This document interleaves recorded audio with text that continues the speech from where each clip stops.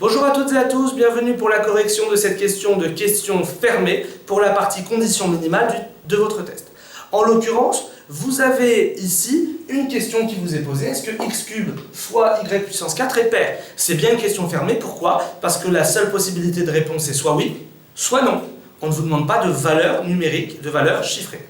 En l'occurrence, vous savez, on va faire un tout petit rappel de cours, vous savez que vous pouvez répondre à est-ce que c'est pair dans quel cas? Vous savez qu'un nombre pair fois un nombre pair, ça donne un résultat pair. Vous savez qu'un nombre pair fois un nombre impair, ça donne un résultat pair aussi. Et vous savez qu'un impair fois un impair, ça donne un résultat impair.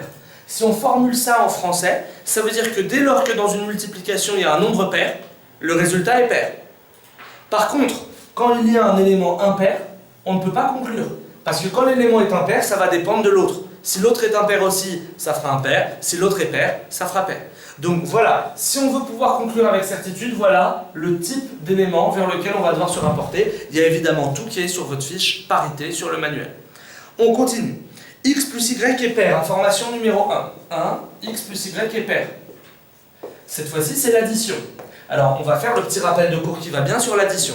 Vous savez qu'un nombre pair plus un nombre pair, ça donne un résultat pair. 2 et 2, 4. Vous savez qu'un nombre pair plus un impair, ça donne un résultat impair. Et vous savez qu'un nombre impair plus un nombre impair, ça donne un résultat pair, par exemple 3 et 3, 6. Voilà le deuxième type de choses à savoir sur la parité, cette fois-ci sur l'addition. Maintenant, on vous dit que x plus y est pair. On est donc nécessairement soit dans le cas pair plus pair, soit dans le cas impair plus impair.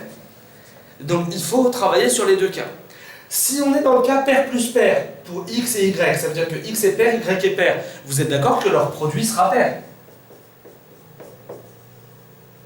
Puisque je multiplie un pair par un pair. Pair fois pair, pair.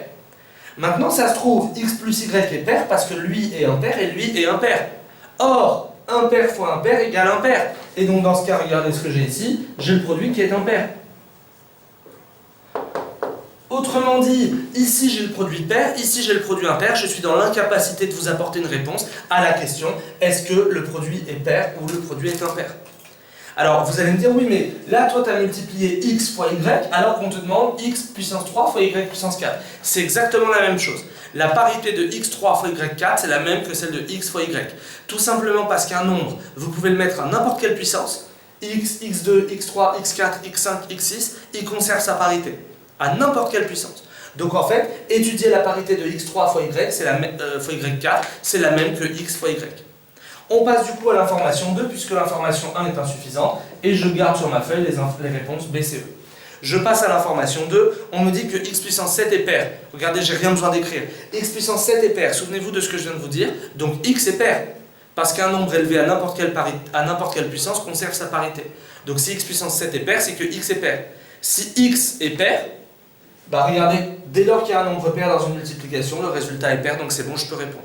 En l'occurrence, je peux répondre avec l'information 2 seule, que le résultat sera pair. Peu importe que je réponde pair ou impair, ce qui compte c'est que je puisse répondre avec certitude.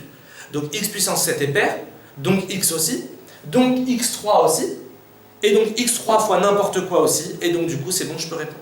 L'information 1 était insuffisante, l'information 2 était suffisante, la bonne réponse en condition minimale s'appelle donc réponse B. Voilà pour la correction de cette question, n'hésitez donc pas à consulter nos autres vidéos. Bon courage et à bientôt.